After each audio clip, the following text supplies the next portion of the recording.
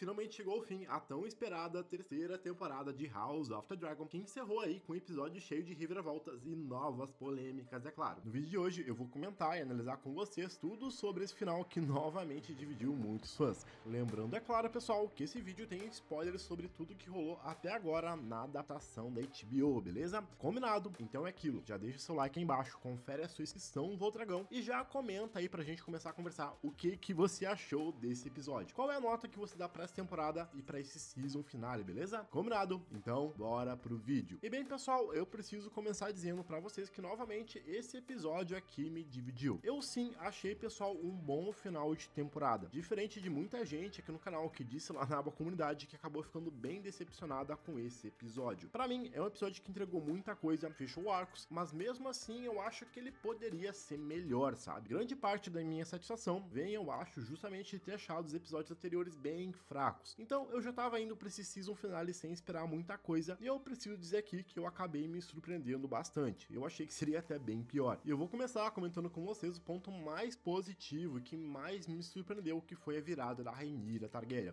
Finalmente, pessoal, depois de muita enrolação, Rhaenyra, a Cruel, está viva. Eu vou justificar e explicar melhor pra vocês depois, mas eu gostei muito de ver finalmente esse lado maléfico e cruel dela se revelando. Afinal, galera, é diferente do que House mostrou até aqui. A Rhaenyra lá dos livros está muito longe de ser essa personagem boazinha e cheia de boas intenções. Lá em Fogo e Sangue, ela realmente tem atos bem controversos. Por exemplo, lá na primeira temporada, nos livros, quando o Vaemon começa a espalhar aqueles boatos sobre os filhos dela serem bastardos, ela captura ele e literalmente dá pra Syrax comer, sem piedade nenhuma. E são coisas assim, dessas pras piores, que mostram que a Rhaenyra é faca na bota, pelo menos na história original. É lógico, eu não quero trazer aqui a discussão de qual personagem é melhor ou pior, se é livros ou série, mas sim embasar pra vocês que existe de fato uma coerência na história original pra essa virada. Desde o começo lá da season, ela vinha penando, tentando métodos mais corretos pra conseguir governar e no final das contas sempre acabava dando do errado. E aqui ela finalmente percebe que não vale mais a pena, que não tem mais tempo a perder, que o Aegon está de volta e que tudo que ela construiu e perdeu como seus filhos vai valer de nada se ela não tiver pulso. Primeiro, a gente tem aquela cena com a Baela que exige que a Rhaenyra resgate o Corlys, onde a Baela que acaba jogando na cara dela o quão ingrata a Rhaenyra seria pelo que o Serpente Marinha fez. E ela termina dizendo que a Rhaenyra só valoriza as pessoas quando vê uma utilidade e depois descarta. E pra mim, pessoal, é bizarro porque quem ficou a temporada inteira sem dormir e voando pra todo canto como um Dancer foi justamente a Baela, e porque ela quis. Inclusive, ela cita diversas vezes durante a season que achava que a Rhaenyra não confiava nela e delegava poucas tarefas pra fazer. E acaba não sendo mostrado em tela, né, galera? Porém, o próprio Adam comenta depois com o Alien que a Rhaenyra acabou prendendo a Baela na fortaleza pelas respostas que ela deu e acabou tirando a abundância dela com uma forma de castigo, o que eu já achei bem pesado. Logo mais, a gente tem aquela cena com a Helaena, e aqui a Rhaenyra até tenta demonstrar certa preocupação e empatia. Porém, a Helaena não vai nada com a cara dela e sabe que ela tá agindo de má fé, dizendo que a Rhaenyra é feia, tudo nela é feio.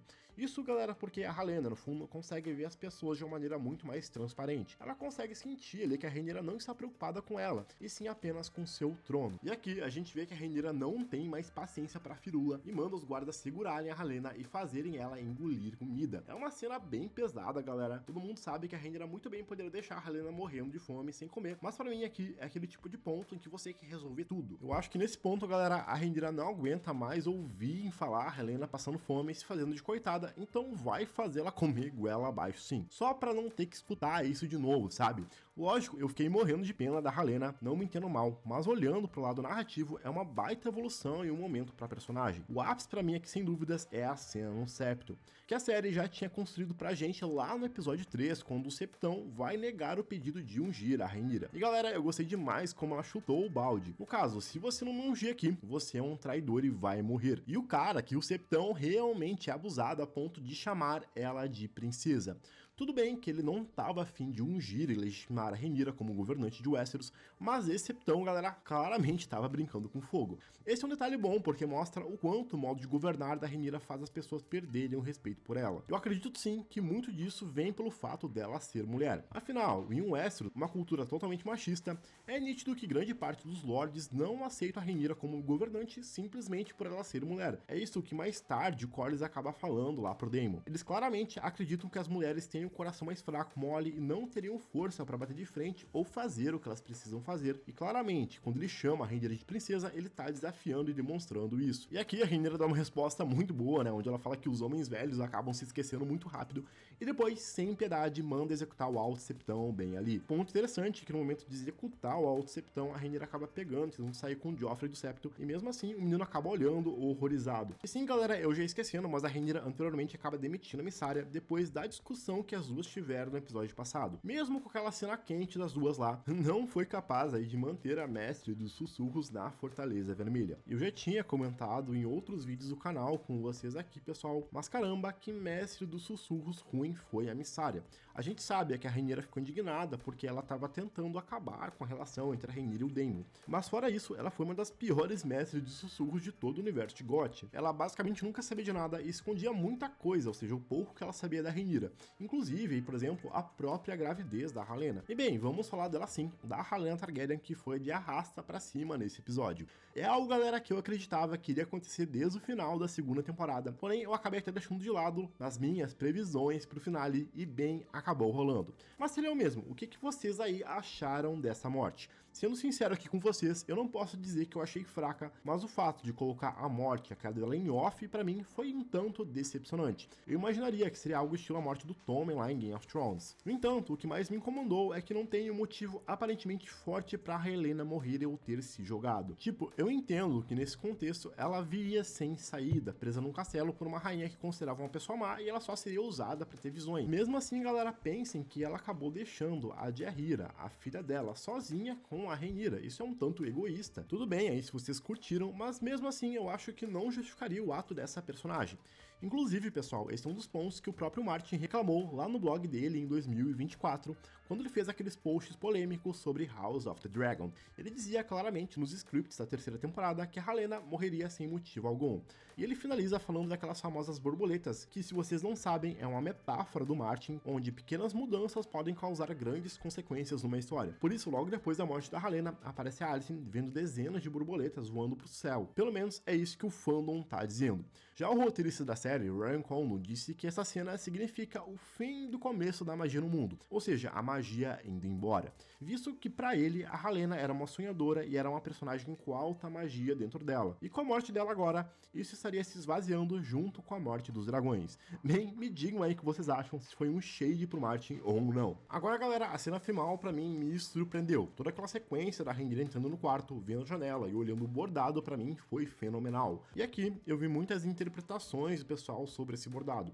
Até algumas pessoas falando que seria, abre aspas, spoilers do futuro da Rhaenyra, do desfecho dela, e pelo menos pra mim aqui, pessoal, não tem nada disso. E eu acredito que acaba sendo mais uma representação do reinado da Rhaenyra, dela no trono do ferro em chamas, com os dragões e o caos rolando no seu entorno. E aí a gente tem ali mais à direita a própria morte da Helaena e depois o tecido totalmente em branco.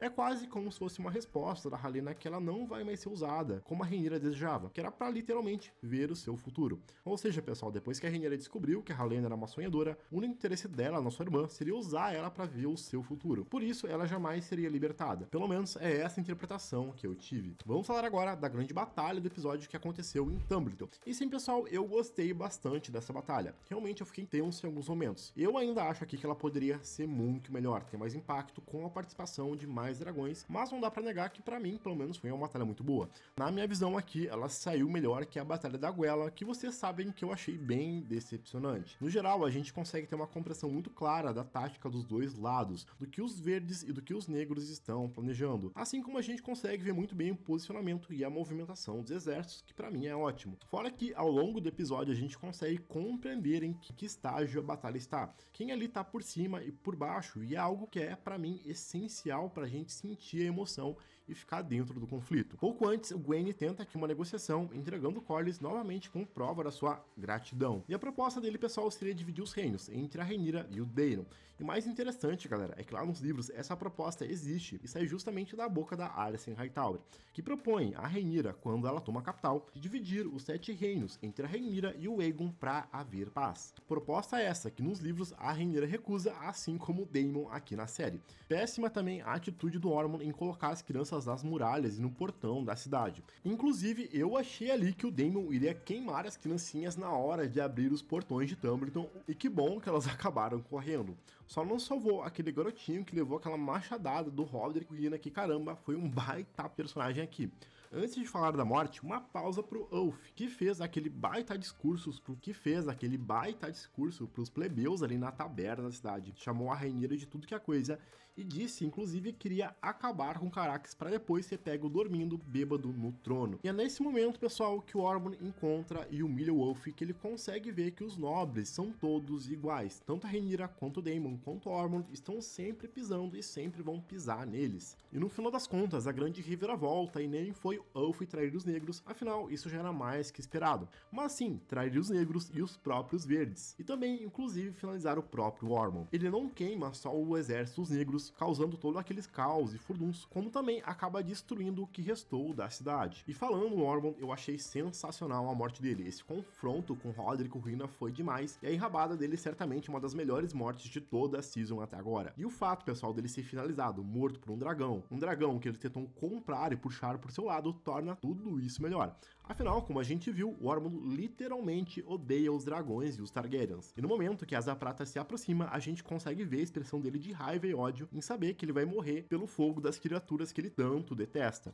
No geral, galera, eu não achei uma batalha ruim, como eu falei pra vocês, mas aquilo eu ainda acho que ela poderia ser muito melhor, principalmente no que se diz de confronto dos dragões. Nos minutos finais ali, eu fiquei a todo momento esperando o Daemon chamar o Caraxes, assim como ele já tinha feito antes lá fora das muralhas. E no final das contas, nós não tivemos nenhum duelo, e pra mim, a única justificativa é o orçamento. Parece, pessoal, que a HBO até agora não estava afim de abrir os cofres e liberar mais grana, assim como fez lá na Batalha da Goela. E é muito frustrante nós aqui como fãs que adoramos dragões e falamos deles o tempo inteiro, não ver um duelo de verdade envolvendo Vermithor, Asa Prata ou até dragões menores até agora. Pense aí que a gente tá na penúltima temporada da série até agora. Faltam mais 8 episódios para a série ser encerrada. E na minha opinião, até agora, House of the Dragon, que é uma série mais moderna, se passa 10 anos depois de Game of Thrones, não conseguiu superar as cenas da Daenerys com seus dragões nas últimas temporadas. Outro ponto, pessoal, aqui é Vhagar, que fez só uma participação especial nessa season. E isso demonstra o quão fracos são os roteiristas nesse ponto. A gente poderia muito bem ter uma pista de onde ela estava, pelo menos. Eu até esperava que ela fosse aparecer, e nada. A velha simplesmente foi tirar férias em Naath, pelo visto. E pra mim, a única explicação desse sumiço da Vhagar é que os roteiristas não sabem mais o que fazer com o personagem do Aemon e agora do Aegon, que no final das contas acabaram se encontrando. Lá no vídeo de especulação sobre o final da season, eu imaginava que isso iria acontecer, inclusive que haveria um duelo entre eles. No final das contas, o Aegon acabou sendo muito mais racional e mantendo seu irmão vivo. Até porque seria uma baita burrice ele acabar matando o Aemon e literalmente perder pro resto da vida a Vhagar, que é uma baita dragão que pode ajudar ele a recuperar o trono e vencer essa guerra. Bem, galera, me digam aí o que vocês acharam dessa season e desse season finale. Muito provavelmente eu vou fazer um vídeo completo analisando essa temporada daqui a algumas semanas e vou comentar mais aspectos e coisas que eu gostei e não gostei e dos tantos furos de roteiro que essa temporada acabou trazendo pra gente. Por hoje era isso, confiram também os outros vídeos do canal. Até a próxima, valeu e fui!